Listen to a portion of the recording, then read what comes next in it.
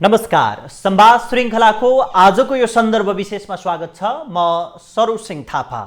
आज हामीसँग छलफलका लागि ललितपुर महानगरपालिकाका मेयर चिरीबाबु महर्जन हुनुहुन्छ। उहाँसँग काठमाडौँ उपत्यकामा कोरोनाको संक्रमण, सन्तास व्यवस्थापन, मृत्युदरको संख्या र आगामी रणनीतिको बारेमा केन्द्रित रहेर संवाद गर्दैछौँ। स्वागत छ यहाँलाई।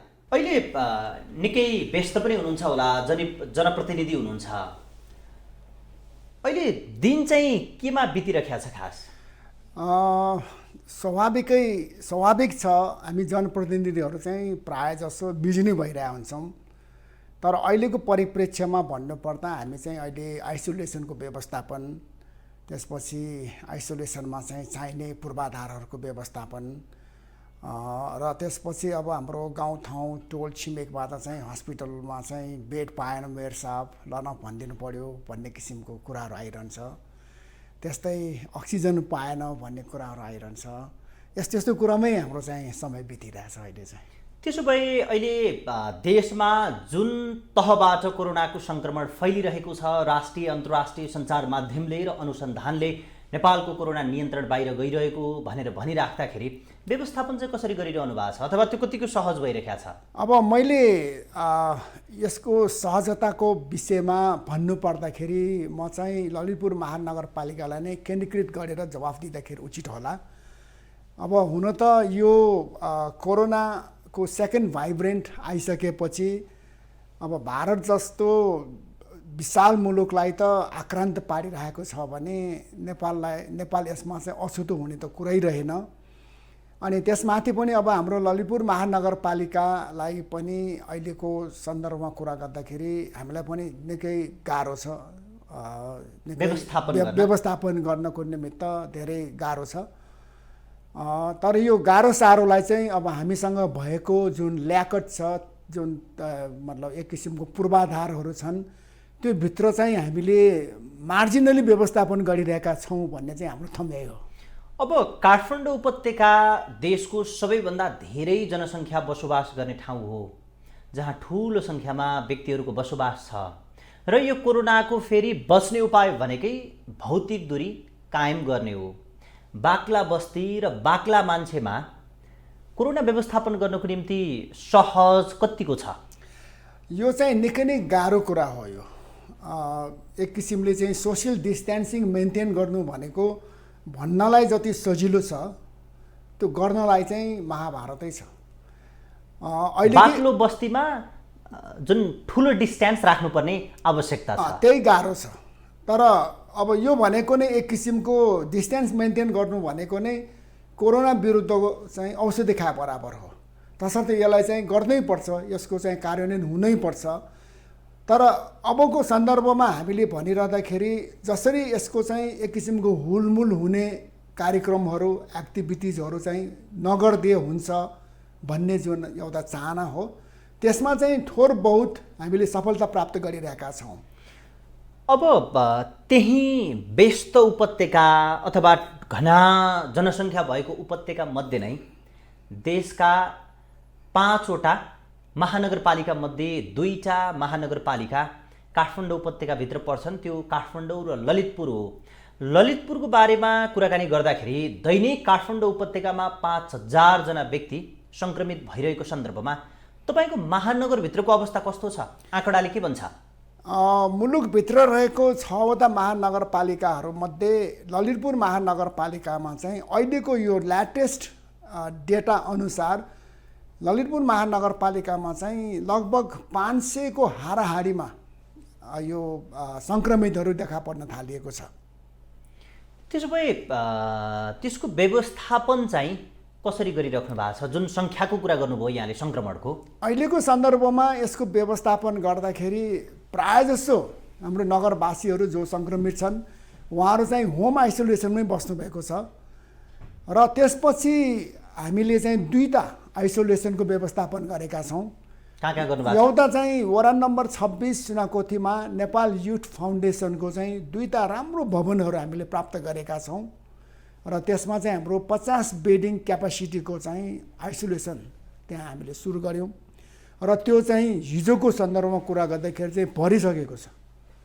र त्यो बढ्नुभन्दा अगाडि नै हामीले फेरि अर्को वैकल्पिक व्यवस्थापन पनि हामीले गऱ्यौँ, थप व्यवस्थापन पनि गऱ्यौँ। त्यो भनेको चाहिँ हामीले वडा नम्बर 4 बागडोल स्थित ज्यापु समाजको वृद्धाश्रम आनन्द निकेतन भवन, त्यहाँ चाहिँ हामीले 110 बेडिङ क्यापासिटीको आइसोलेसनको चाहिँ व्यवस्थापन गरेर त्यो पनि सञ्चालनमा ल्यायौँ। र त्यहाँ चाहिँ हिजोको कन्टेक्स्टमा भन्नुपर्दाखेरि त्यहाँ चाहिँ 32-33 जना आइसोलेसनमा बस्ने सङ्क्रमित व्यक्तिहरू हुनुहुन्छ। अब जसरी यहाँले हामी 2टा ठाउँमा आइसोलेसन कक्षको व्यवस्थापन गरेका छौँ भनेर भन्दै गर्दा ललितपुर महानगरपालिका जुन 2000 योभन्दा अघिल्लो पटकको जनगणनामा 3 लाख जनसङ्ख्या भएको देखिन्छ र त्यो अहिलेको अवस्थामा झन्डै आधाले बढी अर्थात् 6 लाखभन्दा माथि जनसङ्ख्या भएका आँकडाहरू प्रस्तुत भइरहन्छन्। यस्तो अवस्थामा अथवा त्यति जनसङ्ख्या भएको ठाउँमा र 79,000 घरधुरी भएको ठाउँमा व्यवस्थापन गर्नका लागि सङ्क्रमितको त्यो सङ्ख्यालाई व्यवस्थापन गर्नको निम्ति त्यो अपर्याप्त भएको छ भनेर त स्वयं यहाँले भनि नै हाल्नुभयो। तयारी चाहिँ थप के गरिरहनु भएको छ? अब थप तयारीको सन्दर्भमा अब हामीले यो 110 बेडिङ क्यापासिटीको जुन ज्यापु समाजमा आइसोलेसन खोल्यौँ। अब यो पनि लगभग यसमा 110 बेडिङ क्यापासिटीको छ, तर यसमा चाहिँ लगभग हामीले यसलाई एक्सप्यान्ड गर्न मिल्छ र लगभग 200 सम्म राख्न सकिन्छ र हामीसँग चाहिँ त्यसको पूर्वाधार पनि छ। यसको निमित्त चाहिने बेडिङहरू आदि इत्यादि म्यान पावर सबै हामीसँग छ र कथम कदाचित यो 200 पनि भर्न खोज्यो भने हामीले तेस्रो विकल्प पनि खोजेका छौँ। त्यो भनेको चाहिँ हाम्रो पुल्चोक स्थित मदन स्मारक स्कुल र पाटन ढोका स्थित पाटन माध्यमिक विद्यालय, यो 2टा स्कुलहरूमा चाहिँ हामी अर्को आइसोलेसनको व्यवस्थापन गर्नको निमित्त हामी अग्रसर भइसकेका छौँ। अब जसरी सङ्क्रमणको अवस्था बढिरहेको छ, मृत्युदर पनि यो दोस्रो लहरमा त्यत्तिकै ठुलो सङ्ख्यामा देखिएको छ। 200 भन्दा धेरै सङ्ख्यामा व्यक्तिहरूले ज्यान गुमाएका रेकर्ड पनि बनिरहेको अवस्थामा हाम्रो स्रोत साधन र सङ्क्रमितको सन्तुलन पटक्कै मिलेको देखिन्न। यो सङ्क्रमण बढेको बढी छ, तपाईहरू त्यसको तयारी अवस्थामा हुनुहुन्छ भनिसके पछाडि त मृत्युवरण गर्नुको विकल्प रहेन। त्यसो भए अहिलेको परिप्रेक्ष्यमा भन्दाखेरि तपाईँले भनेको कुरा ठ्याक्कै मिल्छ कि अहिलेको यो जुन स्वास्थ्य क्षेत्रमै मुलुक लगभग फेलियर भइसकेको अवस्था देखिन्छ। तर अब हामी महानगरपालिकाको तर्फबाट गर्नुपर्ने कुरामा हामीले चाहिँ हस्पिटल खोल्न, हस्पिटलमा आइसियु सहितको अथवा भेन्टिलेटर सहितको व्यवस्थापन हाम्रो गर्ने क्षमता छैन, त्यो हैसियत रहन्न, त्यो हैसियत छैन। तर हामीले चाहिँ गर्न सक्ने कुरा भनेको चाहिँ यस्तै हस्पिटलमा चाहिँ चाप बढी नहोस् भन्नको निमित्त प्री हस्पिटल र पोस्ट हस्पिटलको चाहिँ अवस्थालाई चाहिँ हामीले सम्बोधन गरेर हामीले चाहिँ अहिले कार्य गरिरहेका छौँ। जाने गम्भीर प्रकृतिका बिरामीहरूको सङ्ख्यालाई न्यूनीकरण गर्ने र जानुपर्नेहरूलाई चाहिँ हामी नरोक्ने, तर त्योभन्दा अर्ली स्टेजकोलाई चाहिँ हामीले अक्सिजनसम्म दिएर राख्न मिल्नेलाई चाहिँ हामीले चाहिँ यो व्यवस्थापनबाट कभरेज गरिएको छ। अब योभन्दा अघिल्लो पटकको कोरोनाको लहरमा स्थानीय तहले अथवा भनौँ काठमाडौँ केन्द्रित संवाद गर्ने हो भने काठमाडौँको मेयर फोरमको निर्णय अन्तर्गत काठमाडौँ उपत्यकाले जसरी कोरोनाको सङ्क्रमण व्यवस्थापन गर्नको निम्ति काम गरेका थियो, चाहे त्यो कन्ट्याक्ट ट्रेसिङको कुरा होस्, चाहे त्यो किट्स उपलब्ध गराउने कुरा होस्, चाहे त्यो परीक्षणको कुरा होस्, चाहे त्यो राहत वितरणको कुरा होस्, तर अहिले त यति धेरै व्यक्तिहरू सङ्क्रमण हुँदा र ज्यान गुमाइसक्दा र अवस्था नियन्त्रण बाहिर गइसक्दा पनि स्थानीय तहहरूले प्रभावकारी काम गर्न सकेनन् भन्ने आलोचना किन छ त त्यसो भए तपाईँहरूलाई? अहिले यो भेरिएन्ट 2 आइसकेपछिको अवस्थामा वास्तवमै भन्ने हो भनेदेखि यो जुन सुरुको कोभिड आइसकेपछि स्थानीय तहहरूले चाहिँ एकदमै राम्रो काम गर्यो। सबैले नै राम्रो काम गरिसकेपछि यो चाहिँ मतलब कोभिडको जुन सङ्ख्या छ त्यो चाहिँ लगभग न्यूनीकरण हुँदै गइराखेको अवस्था थियो र हामीले चाहिँ यो कोभिडको चाहिँ एउटा चरित्र थाहा पाएनौँ र हाम्रो भनाइ चाहिँ हामीले चाहिँ के गेस गऱ्यौँ त भन्दाखेरि अब कोभिड सिद्धियो भन्ने हिसाब किताब राख्यौँ, तर त्यो चाहिँ गलत रहेछ। तर अगुवाई नै समाजका शीर्षस्थ नेताले समाजमा गर्छन् भने जस्तै त्यति बेला त हाम्रा नेताहरू अथवा हाम्रो नेतृत्व जिन्दाबाद र मुर्दाबादमा व्यस्त थियो नि त, जनतालाई पनि त्यस्तै लाग्यो होला भन्नु पर्यो होइन त? एक त त्यो पनि हो, उहाँहरूले जुन किसिमले चाहिँ मतलब दसौँ हजारको सङ्ख्यामा जनताहरूलाई चाहिँ मैदानमा उतार्यो, सडक प्रदर्शन गर्नुभयो, यो चाहिँ फैलिनुको एउटा मुख्य कारण त त्यो पनि हो भन्ने चाहिँ मेरो पनि थम्ब्याइ हो। अब जुन समन्वयनको अभाव भइराखेको छ भनेर खबरहरू प्रसारण भइरहँदा तपाईँ त कङ्ग्रेसको नेतृत्वमा अथवा कङ्ग्रेस पार्टीको मेयर हुनुहुन्छ, तपाईँको प्रदेश सरकार जुन अब एमालेको भनौँ अथवा भनौँ त्यो वाम सरकार छ, केन्द्र सरकार पनि त्यस्तै छ, समन्वयन गर्न गाह्रो हुन्छ अरे नि, तपाईँलाई पनि भइरहेछ? यसमा चाहिँ मैले भन्नै पर्छ कि मलाई चाहिँ त्यति धेरै गाह्रो चाहिँ छैन।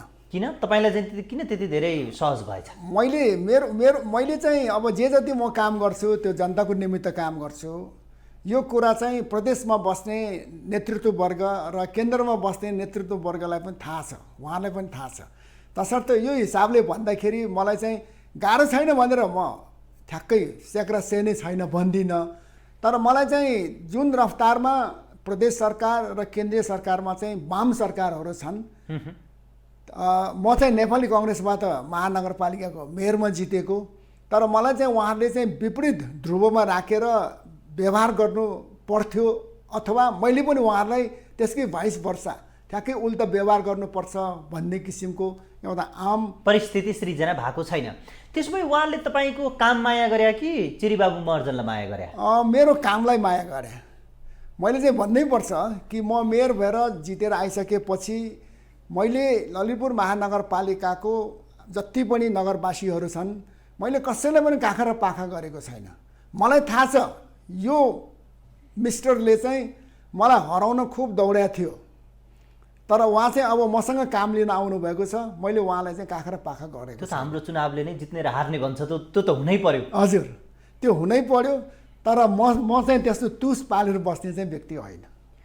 अब जसरी हामी आइसोलेसन सेन्टरको अथवा स्वास्थ्य सामग्रीको चर्चा गरिरहेका थियौँ, हिजो मात्रै पनि एउटा अन्तर्राष्ट्रिय सञ्चार माध्यमले प्रस्तुत गरेको म आँकडा हेर्दै थिएँ कि नेपाल पूर्ण रूपमा नियन्त्रण बाहिर गइसक्यो र नेपालका सरकारी अस्पतालका चिकित्सकहरूले पनि केही दिन अगाडिको कार्यक्रममा भन्दै हुनुहुन्थ्यो कि नेपालको स्वास्थ्य संयन्त्र पूर्ण रूपमा कोरोनालाई नियन्त्रण गर्न नसक्ने अवस्थामा गयो, अर्थात् नियन्त्रण बाहिर गइसक्यो भनेर भन्दै हुनुहुन्छ।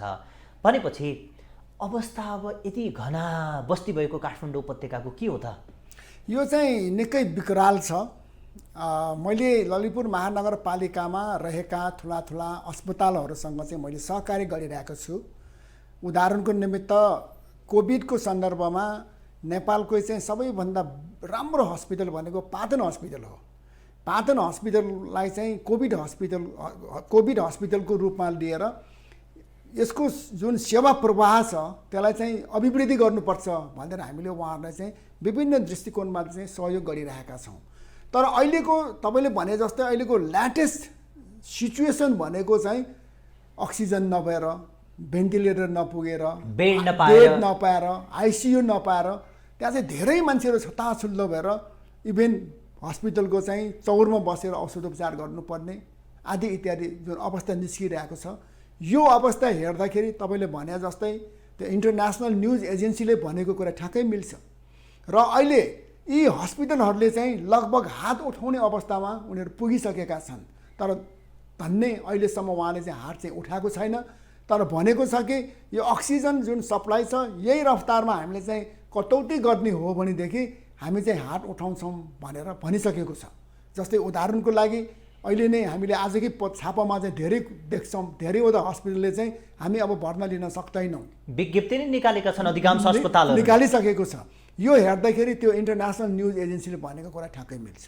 अब जुन पाटन परिसरमा 26वटा सरकारी, अर्ध सरकारी, गैर सरकारी अथवा सामुदायिक, निजी गरेर अस्पतालहरू छन्, ती अस्पतालहरूले पनि अधिकांशले अक्सिजनको अभाव भयो, बिरामीलाई हामीले बाहिर राखेर उपचार गर्ने पर्ने परिस्थिति सृजना भयो भनेर भनिरहेको छ। अब त्यो सङ्क्रमितको सङ्ख्या, सक्रिय सङ्क्रमितको सङ्ख्या र अस्पतालको बेड अनि स्वास्थ्य सामग्रीको विषयलाई सन्तुलन गर्दाखेरि तादम्य मिलेन।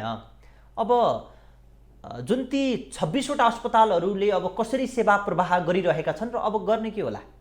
अब यो 26वटा अस्पतालहरूमध्ये यसमा चाहिँ यहाँले भने जस्तै सरकारी अस्पताल, त्यसपछि सामुदायिक अस्पताल, त्यसपछि प्राइभेट हस्पिटलहरू छन्। अब यो तिनटैको सम्मिश्रण हो सेवा प्रवाह, र त्यो सेवा प्रवाह अहिले चाहिँ निश्चित तवरले चाहिँ पुगिरहेको छैन। त्यो भनेको चाहिँ अपर्याप्त छ। डिमान्ड हाई छ, सप्लाई ज्यादै न्यून छ। र यही परिप्रेक्ष्यमा अहिले यो भेरिएन्ट 2 चाहिँ निकै एक्टिभ भएर दिन दुगुना रात चौगुन्नी यसको चाहिँ सङ्ख्या वृद्धि हुँदै गइरहेको परिप्रेक्ष्यमा यसमा चाहिँ एउटा वार फुटिङ्सकै रूपमा यो स्वास्थ्य क्षेत्रमा चाहिँ अग्रसर नहुने हो भनेदेखि धेरै गाह्रो पर्छ।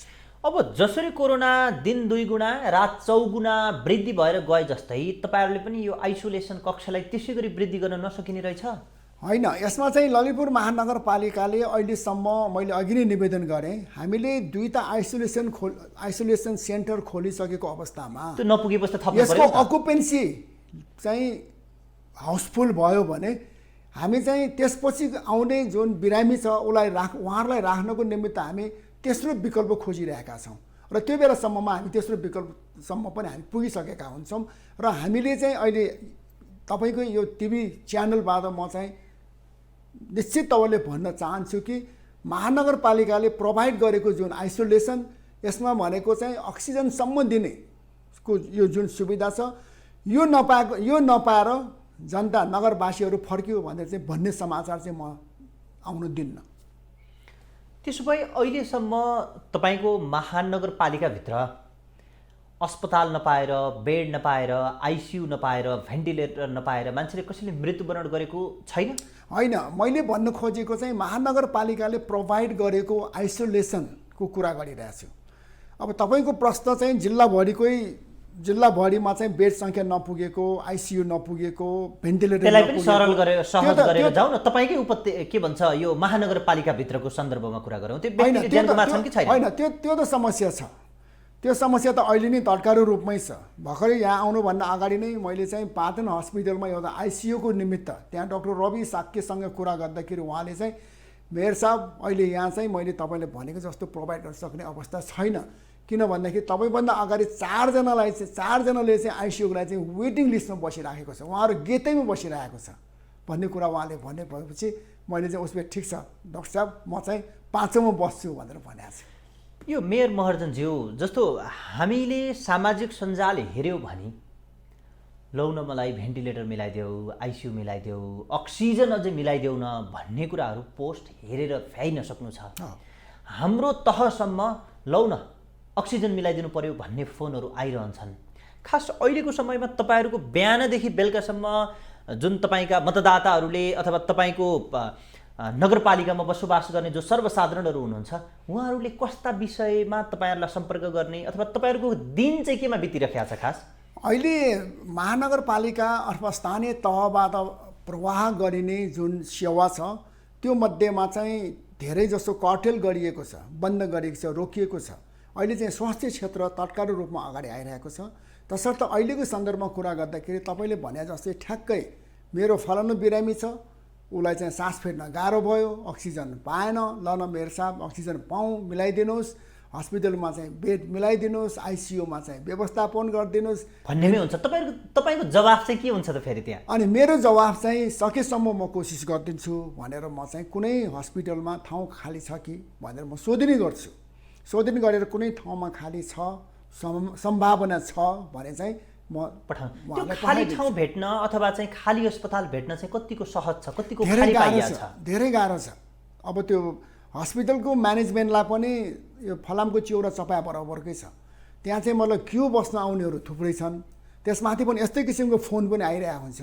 तर म त्यो फोनलाई चाहिँ मैले चाहिँ त्यहाँ क्यु बसेकोहरू छन् भने मेरो कुरालाई चाहिँ तपाईँले इन्टरटेन नगर्नुहोस् भनेर मैले भनेको छु, ताकि त्यहाँ चाहिँ मतलब जो मान्छे फर्स्ट कम फर्स्ट सर्भिस उसले प्राप्त होस् भन्ने चाहिँ मेरो चाहना छ। हजुर। त्यसो भए अहिले जुन अवस्था छ यो अवस्था आइपुगेको छ, व्यवस्थापन गर्ने चाहना छ, इच्छा शक्ति छ, काम तदारुकताका साथ गरिरहनु भएको छ, बजेट छ, तर पनि पूर्ण रूपमा यसलाई सहज परिस्थिति सृजना गर्ने अवस्था छैन। यो चाहिँ कसरी यस्तो हुँदो रहेछ खास, अथवा हामी चुक्यौँ कि मलाई जहाँसम्म लाग्छ अब स्थानीय तह अर्थात् ललितपुर महानगरपालिकाले गर्नुपर्ने काममा हामी चुकेका छैनौँ। म यो दाबीका साथ भन्छु। मैले अघि नै निवेदन गरेँ कि योभन्दा पहिला हामीले क्वारेन्टाइन खोल्यौँ, आइसोलेसन खोल्यौँ, हामीले गर्नुपर्ने सेवा हामीले राम्रोसँग गऱ्यौँ र त्यसपछि त्यो बेला हामीले चाहिँ खाद्यान्न राम्रोसँग वितरण गऱ्यौँ G2G सिस्टम अन्तर्गत। तर अहिलेको केसमा आइसकेपछि यो भेरिएन्ट 2 आइसकेपछिको अवस्थामा आउँदासम्ममा पनि स्थानीय तहहरू सुसुप्तै थिए, तर अहिले जागे र हामीले पनि अहिलेको कन्टेक्स्टमा कुरा गर्दाखेरि अब हामीले के गर्ने त भन्दाखेरि हामीले हस्पिटल खोल्न त सक्दैनौँ। खोलेकै खण्डमा 1500सम्मको मात्रै हो, त्योभन्दा बढी खोल्ने चाहिँ स्थानीय तहलाई चाहिँ अधिकार अथोरिटी छैन। तर अब ललितपुर महानगरपालिका जहाँ कि मतलब चाहिँ हस्पिटलको एक किसिमको हबै छ, पाटन हस्पिटल जस्तो ख्यातिप्राप्त हस्पिटल छ भने हामीले त अर्को कुनै ठाउँमा गएर 1500को हस्पिटल खोल्नुपर्ने आवश्यकता छैन। महानगर क्षेत्रभित्रमा त्यसको जरुरी छैन। तसर्थ नेपाल सरकारले पनि त्यही ठानेर हामीले चाहिँ हस्पिटल खोल्न चाहिँ कर पनि गरिएन। तर अहिलेको कन्टेक्स्टमा हामीले भन्दाखेरिको अवस्थामा ललितपुर महानगर क्षेत्रभित्रमा जति पनि यो चाहिँ हस्पिटलहरू छन्, ती हस्पिटलहरूले चाहिँ राम्रो काम गरोस् र त्यो काम गराउनुको निमित्त महानगरपालिकाले चाहिँ कसरी सपोर्ट गर्ने, कसरी इन्करेज गर्ने भनेर हामी चाहिँ लाग्यौँ। उदाहरणको निमित्त पाटन हस्पिटलमा चाहिँ अक्सिजन प्लान्ट छैन र हामीले लगभग आजभन्दा 2-2.5 महिना अगाडि हामीले चाहिँ अक्सिजन प्लान्ट स्थापना गर्नको निमित्त हामीले पाटन हस्पिटललाई चाहिँ हामीले 1 करोड रुपियाँ क्यास दियौँ। त्यसपछि उहाँहरूले चाहिँ त्यो अक्सिजन प्लान्ट स्थापना गर्नको निमित्त सार्वजनिक खरिद ऐन 2063 अन्तर्गत बिडिङ गरेर सबै काम कुरो गर्दाखेरि आजभन्दा लगभग 2 हप्ता अगाडि मात्रै उहाँले चाहिँ ठेकदारलाई चाहिँ मनोनित गरेर ठेकदारले काम सुरु गर्यो। तर तसर्थ यो चाहिँ अलिकति समय लाग्छ र यो अक्सिजन परिणाम चाहिँ आउँछ, अक्सिजन प्लान्ट चाहिँ स्थापना हुन्छ। अब अघिल्लो पटक त तपाईँहरूले राहतका कार्यक्रमहरू ल्याएको वितरण गरेको सुनिन्थ्यो। यसपटक यो कोरोना लागेका व्यक्तिहरू अथवा यसपटकको कोरोना त अझै परिवार सबैलाई लाग्ने किसिमको देखिराखेको छ। एकजना व्यक्तिमा लाग्यो भने ती कोरोना लागेका व्यक्तिहरूको स्वास्थ्य उपचार अनि उसको चाहिँ आर्थिक अवस्था, खानपानसँग जोडिएका सवालहरूमा महानगरले केही गरेका छ? अहिलेसम्म त्यो गर्नुपर्ने अवस्था चाहिँ आइपुगेको छैन। तर हाम्रो थम्याइ र हाम्रो भनाइ चाहिँ के छ भने कोरोनाको यो दोस्रो भेरिएन्ट आइसकेपछिको अवस्थामा नगरवासीहरूलाई चाहिँ खान नपाएको, खान पाएन भन्ने किसिमको आवाज अहिलेसम्म सुन्नमा त आएको छैन। कथम कदाचित त्यस्तो नगरवासीहरू छन् भने हामी उहाँलाई चाहिँ भोकै राख्दैनौँ, हामी सहयोग गर्छौँ हो। र त्यति मात्र पनि होइन, यो काठमाडौँ भ्याली मेयर्स फोरमले पनि भनिसकेको छ कि उपत्यकाभित्र कोही पनि मान्छेलाई चाहिँ कोरोनाको कारणले चाहिँ भोकै बस्नु पर्ने अवस्था हुँदैन, हामी सहयोग गर्छौँ भनेर काठमाडौँ भ्यालीको 2 महानगर र 16वटा नगरपालिका गरिकन 18वटा नगरपालिकाले चाहिँ यसको जिम्मा लिएको छ। अहिले यो काम गर्ने सवालमा हजुर सबैभन्दा समस्या चाहिँ तपाईँहरूलाई केमा भइरहेको छ? समन्वयनमा छ कि, स्रोत साधनमा छ कि, नीतिमा छ कि, व्यवस्थापनमा छ कि, बजेटमा छ कि? समस्या चाहिँ केमा छ? पूर्वाधारको अपुग। अब यो जुन अहिलेको समस्या छ त्यो भनेको पूर्वाधारको अपुगको कारणले हो। Just take an example, Lalitpur महानगरपालिकाले पाटन अस्पताललाई चाहिँ अक्सिजन प्लान्ट स्थापना गर्नको निमित्त हामीले 2.5 महिना जति अगाडि हामीले उहाँलाई रकम दियौँ। त्यसपछि उहाँले चाहिँ प्रोसेस चाल्नुभयो। प्रोसेस चाल्दाखेरि यो सार्वजनिक खरिद ऐन 2063 मा चाहिँ जुन किसिमको त्यसमा चाहिँ लाग्नुपर्ने सिलसिलेवार रूपको चाहिँ कन्डिसनहरू छन्, त्यो कन्डिसन फलो गरेर जाँदाखेरि अहिलेसम्ममा चाहिँ बल्ल ठेकदारको सेलेक्सन रहेछ। हजुर, भनेपछि अहिले चाहियो भन्दैमा एकैचोटि खल्तीको सुपारी खाए जस्तो गर्न त सकिँदो रहेनछ। त्यस कारणले चाहिँ मैले आजै मात्र पनि मैले हाम्रो उप प्रधानमन्त्री माननीय ईश्वर पोखरेलजीलाई भेटेँ र मैले उहाँलाई अनुरोध गरेँ कि यो अवस्थामा यो सार्वजनिक खरिद ऐनको जुन दफाहरू छन् त्यसलाई चाहिँ सिम्प्लिफाई गरिदिउँ न, ताकि खल्तीबाट पैसा निकालेर ल अक्सिजन प्लान्ट किनौँ भन्न सकौँ, ल भेन्टिलेटर किनौँ भन्न सकौँ भनेर यो कुरा मैले राखेँ। जुन तपाईँकै जिल्लाकै जुन छिमेकी नगरपालिकाको गोदावरी नगरपालिकाका मेयरले भन्दै हुनुहुन्थ्यो कि अहिलेको नीतिकै अस्पष्टता र असहजताले अक्सिजन खरिद गर्न सकिएन, किन्न सकिएन भनेर भन्दै हुनुहुन्थ्यो। नीतिमा समस्या चाहिँ खास अक्सिजन तपाईँहरूले प्राप्त गर्ने सवालमा के रहेछ? अब नीतिको कुरा गर्दाखेरि मैले यहाँलाई अघि पनि निवेदन गरेँ, यो जुन सार्वजनिक खरिद ऐन छ यसमा चाहिँ 1 पछि 2, 2 पछि 3 गरेर त्यसको जुन सिलसिलेवारको नम्बरहरू छ नि, यो कुराले चाहिँ यस्तो किसिमको क्राइसिसलाई चिनेन, यस्तो किसिमको क्राइसिसलाई बुझेन। तसर्थ यो क्राइसिसलाई चाहिँ यस्तो किसिमको क्राइसिस आउँदाखेरि यो 1, 2, 3, 4 होइन, यो 1 पछि एकैचोटि 5 मा पुग्न सकिन्छ भने त्यसलाई बेन्डिङ गर्न सक्नु पर्यो। भनेको हाम्रा नियम र कानुन सामान्य परिस्थितिलाई हेरेर निर्माण भए, तर अहिलेको परिस्थिति असामान्य छ। असामान्य छ। त्यसले गर्दाखेरि तपाईँकै जुन महानगरमा 8,000 चाहिँ अक्सिजन उत्पादन भइराखेको छ र 15,000 माग छ भनेर भनिरहँदाखेरि त सन्तुलन त मिलेन, अभाव त देखियो। कसरी व्यवस्थापन गर्नुभएको छ? अहिले सबैभन्दा डरलाग्दो भयावह स्थिति यसैमा छ। यो भनेको चाहिँ काठमाडौँ उपत्यकाभित्रमा अहिलेको डिमान्ड 15,000 सिलिन्डर, तर यहाँको सप्लाई चाहिँ 8,000 पुग्न नपुग 8,000 मात्रै छ भनेपछि त्यसको जुन ग्याप छ त्यो ग्याप चाहिँ एकदम भयावह क्वान्टिटीमा छ। नम्बर 1 त्यो हो। त्यसपछि अर्को कुरा चाहिँ के त भन्दाखेरि अहिलेको कन्टेक्स्टमा कुरा गर्दाखेरि यो भेरिएन्ट 2 आइसकेपछि यो बिरामीहरूको जुन सङ्ख्या छ त्यो सङ्ख्या पनि लगभग 4 दिनमा डबल हुने अथवा 5 दिनमा डबल हुने भइरहेछ। त्यसले गर्दाखेरि यो जुन डिमान्ड छ अक्सिजनको डिमान्ड यो त झन् बढ्दै गइरहेछ नि त। त्यसको अनुपातमा चाहिँ उत्पादन त छैन त। त्यसले गर्दाखेरि भयावह स्थिति त्यस सप्लाईलाई अथवा उत्पादनलाई बढोत्तरी दिन सक्ने अवस्था रहन्छ। त्यसको निमित्त नेपाल सरकारले कोसिस गरिरहेको भन्ने कुरा अझै मात्र पनि जानकारी मैले प्राप्त गरेँ। कानुन नै बाधक हो कि अरू कुरा पनि समस्या छन्? तर यसमा चाहिँ कानुन बाधक होइन, भइरहेकोमा चाहिँ कानुन बाधक छैन। त्यो कानुनलाई चाहिँ फलो गरेर इस्टाब्लिस भइसकेको र उसको क्षमता भनेको चाहिँ 8,000 सिलिन्डर। तर अहिले चाहिँ कुरा के निस्किरहेको छ भने त्यो 8,000 मा पनि त्यसलाई चाहिँ बढाउन सकिन्छ। कतिपय मतलब अन्डर क्यापेसिटीमा चलिरहेको छ भने कुनै यो प्लान्टहरू चाहिँ बिग्रिरहेको छ, त्यसरी यसलाई चाहिँ मर्मत गर्न सकिन्छ र त्यसलाई चाहिँ टु सम एक्सटेन्ट त्यसको टोटल आउटपुटलाई चाहिँ बढाउन सकिन्छ भन्ने कुरा चाहिँ सुन्नमा आयो। जस्तो यो माग र आपूर्तिको सन्तुलन नमिल्दाखेरि समस्या आउनु त स्वाभाविक हो, तर हिजो मात्रै पनि पूर्व गृह मन्त्रीले के प्रश्न उठाउनु भएको छ भने काठमाडौँ उपत्यकामा जति अक्सिजन उत्पादन भएको छ सक्रिय सङ्क्रमितको र अस्पतालमा भएका बिरामीको आँकडालाई बाहिर निकाल्ने हो भने त्यो त मिल्दैन। सिलिन्डर कहाँ गइरहेका छन् भनेर उहाँले प्रश्न उठाउँदै हुनुहुन्थ्यो। तपाईँलाई त थाहा छ होला नि ती सिलिन्डर जान्छन् कहाँ? होइन, अब यो कोरोना भन्ने रोग नै विश्वको निमित्त नयाँ रोग होइन। अमेरिका जस्तो महारथी मुलुकलाई तर्साएको, इटाली जस्तो मेडिकल सेक्टरमा चाहिँ एकदमै एडभान्स कन्ट्रीलाई पनि आछो पारेको र अहिले भारत जस्तो एसियाकै मतलब महारथी देशलाई पनि तर्साइरहेको छ भने यसको पहिला प्रक्षेपण कसैले पनि गरेको थिएन।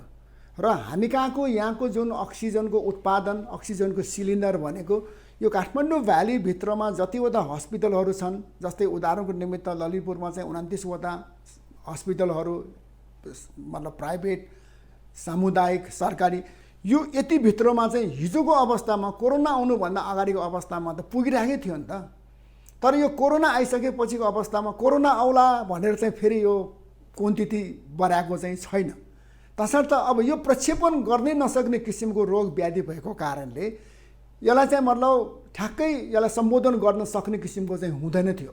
तर मेरो एउटा भनाइ चाहिँ के त भन्दाखेरि कोरोनाको पहिलो स्टेज आइसकेपछि बिचमा चाहिँ समय बाँकी थियो, त्यसमा हामी हेलचक्राइ, त्यो बेला हेलचक्राइ भयो। र अहिले यो भेरिएन्ट 2 आइसकेपछि अक्सिजनको बढी मात्रामा चाहिने अवस्था भएपछि यो बेला चाहिँ तत्क्षण नै जसले कि एडहक डिसिजन भन्छ, एडहक डिसिजन गरेर अघि भने जस्तै यो चाहिँ मतलब सार्वजनिक खरिद ऐनलाई अलिकति बेन्डिङ गरेर वार फुटिङ्समा चाहिँ अगाडि बढेर चाहिँ अक्सिजनको व्यवस्थापन गर्न सक्नु पर्थ्यो। मेयरज्यू, मेरो प्रश्न हो कि यो वितरणमा अनियमितता भयो कि तपाईँहरूले यसमा के गरिरहनु भएको छ, कतिको खबर पाउनु भएको छ भन्ने मेरो प्रश्न थियो। होइन, मलाई जहाँसम्म लाग्छ वितरणमा अनियमितता भएको छैन भनेर म चाहिँ ठ्याक्कै भन्न त मलाई अप्ठ्यारो पर्छ। तर म चाहिँ मैले त्यतातिर चाहिँ बढी शङ्का गर्दिनँ।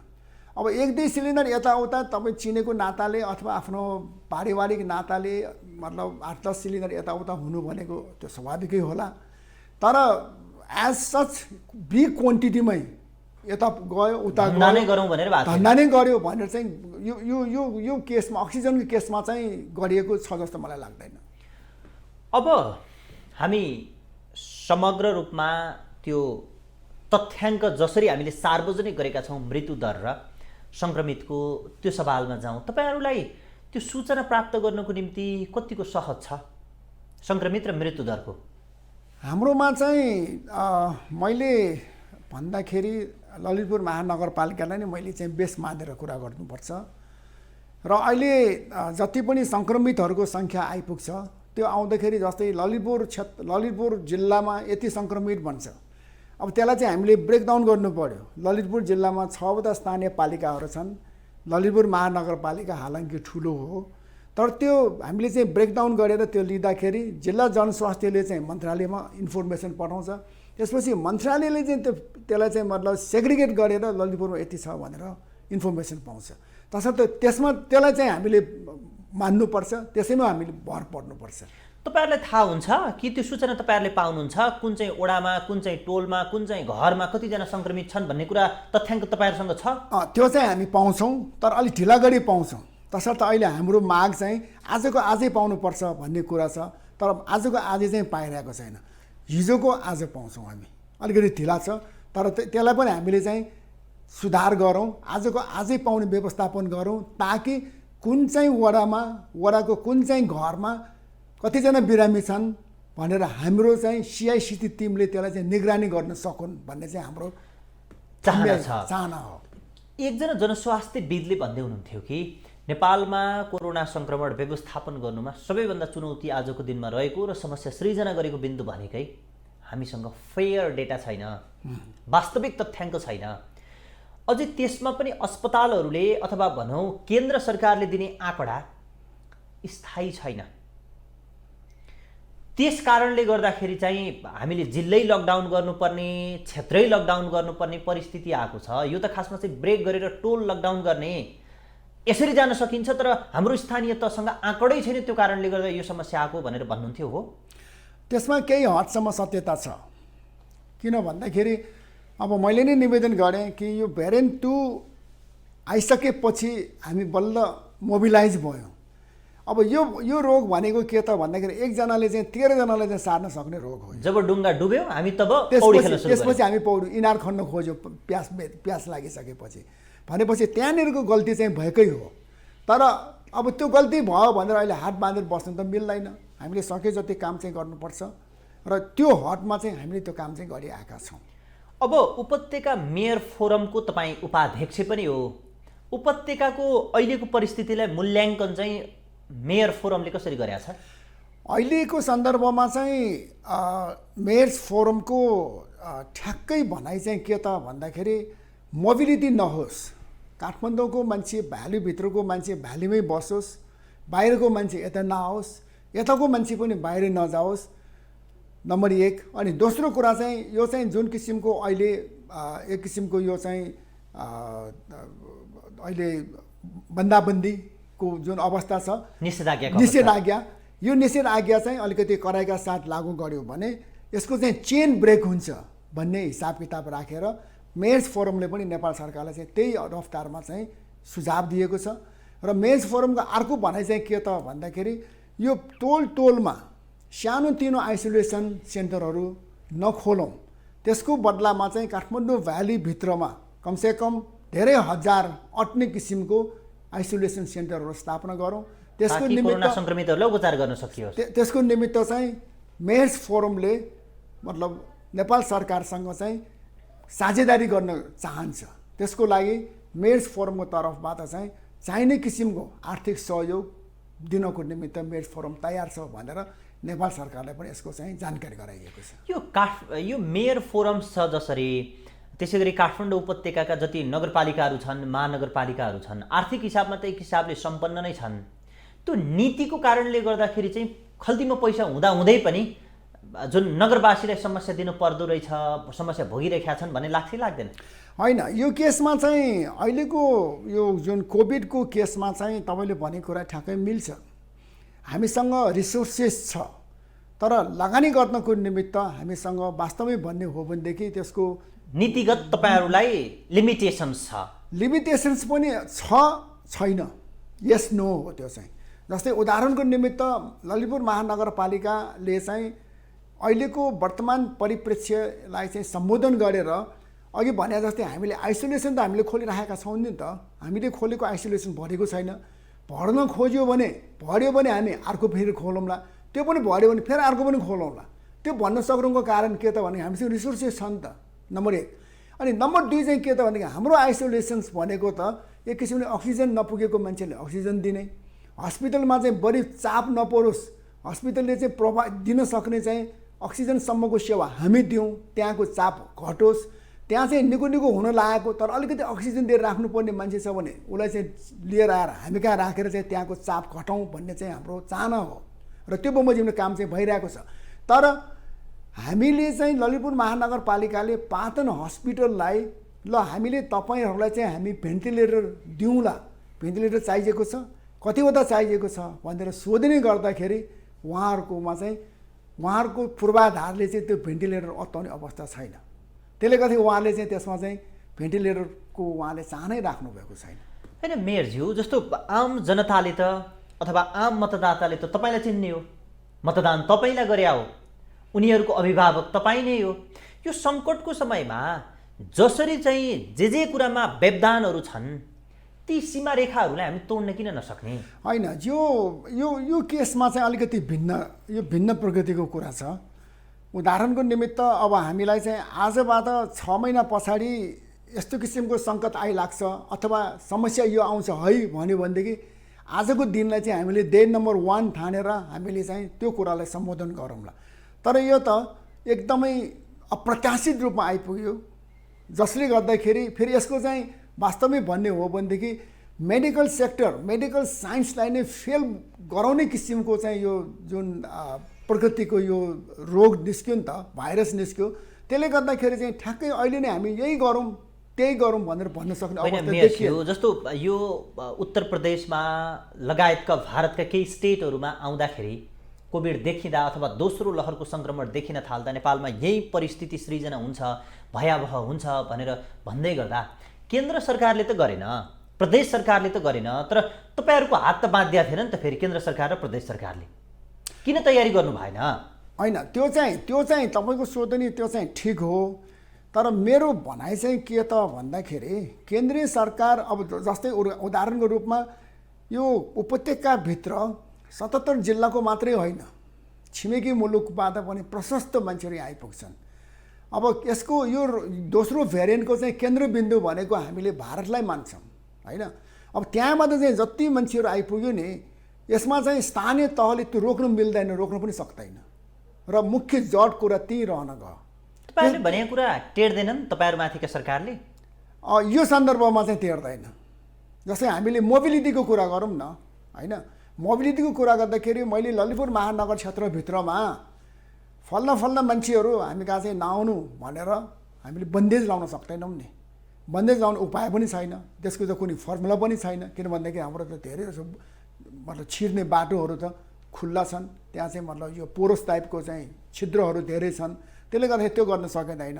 तर यसको मतलब चाहिँ केन्द्रीय सरकारलाई पनि यो चाहिँ आँसु परिरहेको छ। कारण चाहिँ हाम्रो भारतसँग चाहिँ ओपन बोर्डर छ, कहाँ मात्रै गएर कति मात्रै छेक्न जाने समस्या त्यो छ। तसर्थ यो विषयमा चाहिँ हामी स्थानीय सरकार मात्रै यसमा चाहिँ असफल भएको होइन। स्थानीय सरकारले गर्नुपर्ने कुरा स्थानीय सरकारले आफ्नो बुद्धि र बरकतले भ्या जतिको काम त गरिरहेकै छ, कतिपयले चाहिँ नगरेको होला।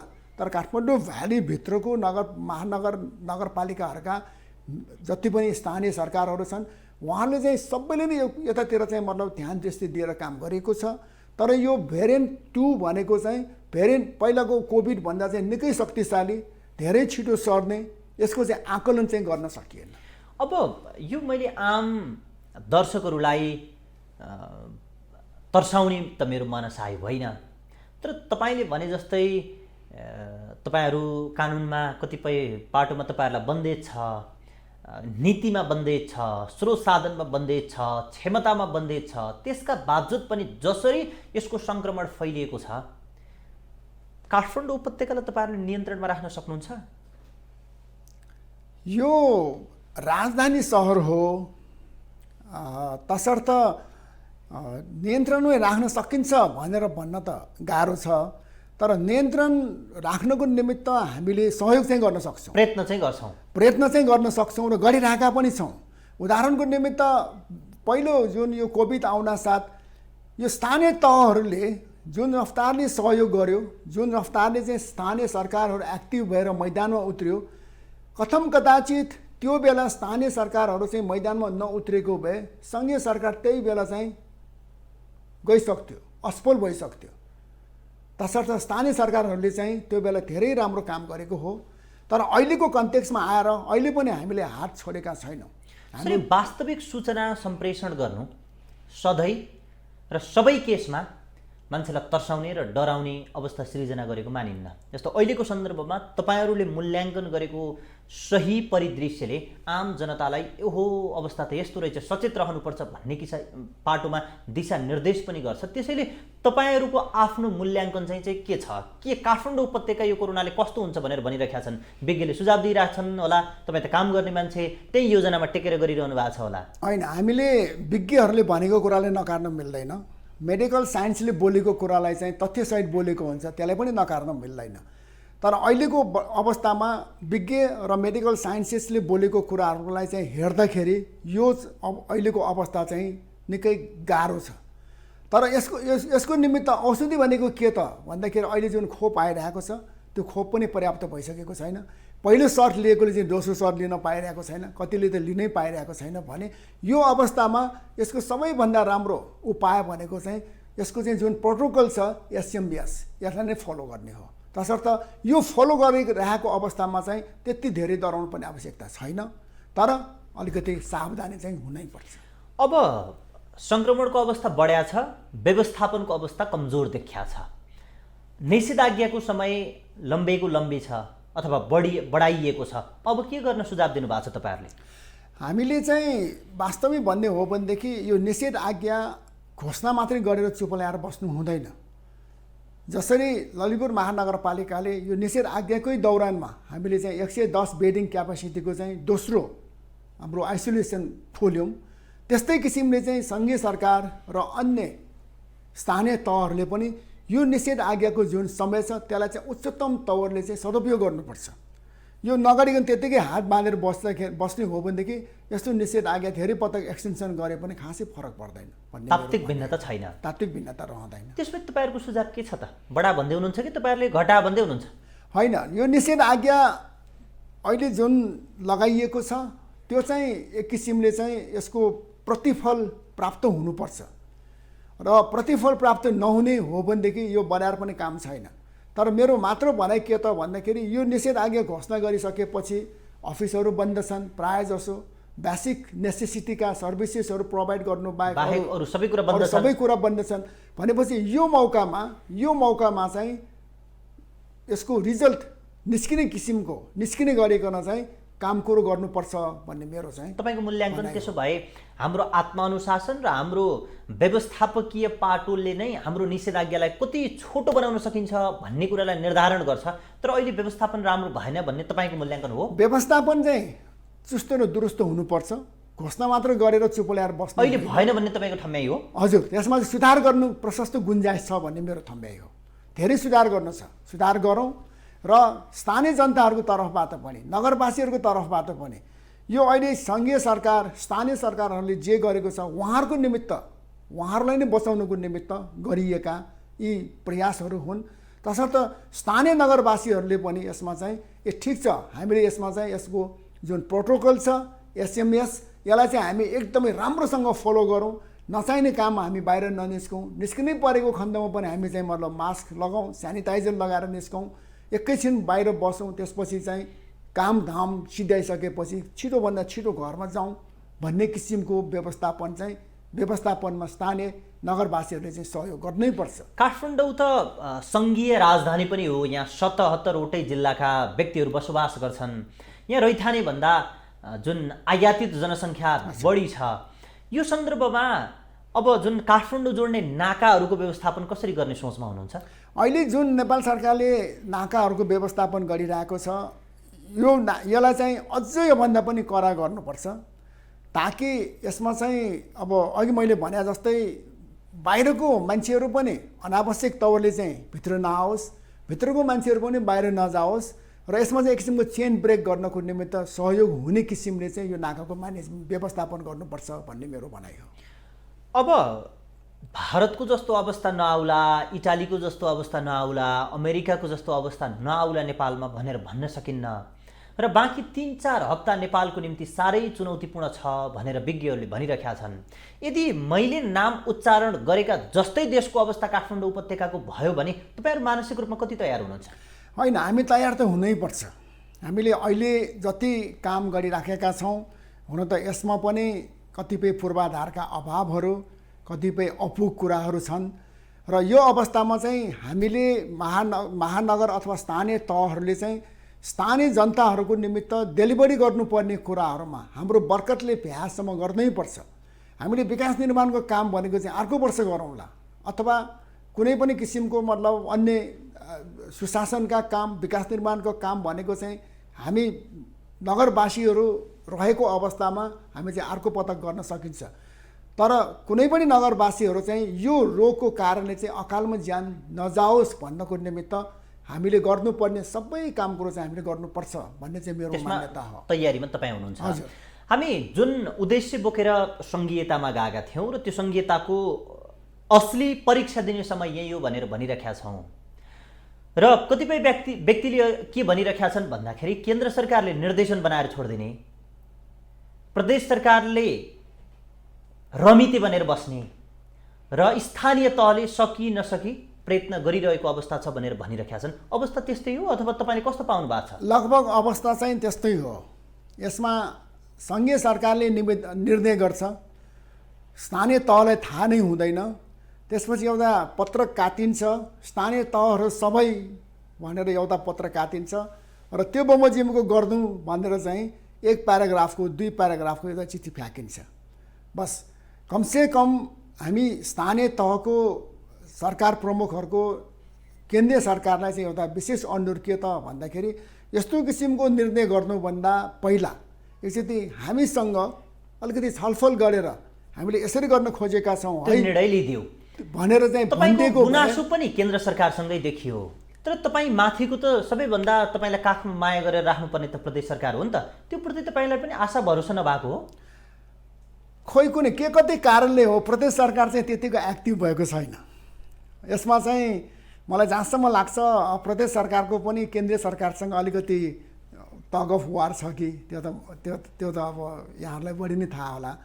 तर मलाई चाहिँ एउटा कुरामा म केमा खुसी छु भने यो कोभिड आइसकेपछिको अवस्थामा हामीले प्रदेश सरकारसँग चाहिँ अनुरोध गरेका थिएनौँ कि स्थानीय सरकारले सहयोग गर्नु भनेर हामीले भनेका थिएनौँ। तर हाम्रो बागमती प्रदेश सरकारले चाहिँ हामीलाई मतलब महानगरलाई 20-20 लाख रुपियाँ दिएर सहयोग गर्यो। त्यो चाहिँ हामीले मागेको थिएन। तर त्यो हिसाबले हेर्दाखेरि त स्थानीय प्रदेश सरकारले चाहिँ हामीलाई माया गर्दो रहेछ नि त। जति गरेको छ त्यो पर्याप्त छैन। तर जति गरेको छ त्यो पर्याप्त छैन। हामी कार्यक्रमको अन्त्यमा छौँ, थप श्रृङ्खलामा हामी संवाद गरौँला। तपाईँ मेयर पनि सधैँ भइरहनुहुन्न र कोरोना सङ्क्रमण पनि सधैँ आइरहन्न। यो विषम परिस्थितिमा जनताको भोटको न्याय गर्न सक्नुहोस्, हाम्रो पनि शुभेच्छा छ। हस्, तपाईँलाई धेरै धेरै धन्यवाद छ। मनको खुल्दुली मेट्ने गरिकन कुरा राख्न पाएँ र महानगरवासीहरूलाई चाहिँ मैले यो कोरोनाको दौरानमा उहाँहरूको तर्फबाट पनि घनीभूत रूपमा सहयोग प्राप्त गर्नको निमित्त मैले अपिल गर्न पाएँ, त्यसको लागि धेरै धेरै धन्यवाद। दर्शकबिन, उहाँ हुनुहुन्थ्यो ललितपुर महानगरपालिकाका मेयर चिरीबाबु महर्जन। उहाँसँग हामी अहिले काठमाडौँ उपत्यकामा कोरोनाको अवस्था कस्तो हो र उहाँको महानगरभित्र कोरोनाको व्यवस्थापन, सङ्क्रमण, मृत्युदरको व्यवस्थापन र आगामी रणनीतिहरू कस्ता तय भएका छन् भन्ने विषयमा मूलतः केन्द्रित रहेर संवाद गऱ्यौँ। नयाँ पात्र र विषयका साथ पुनः उपस्थित हुनेछौँ। नमस्कार।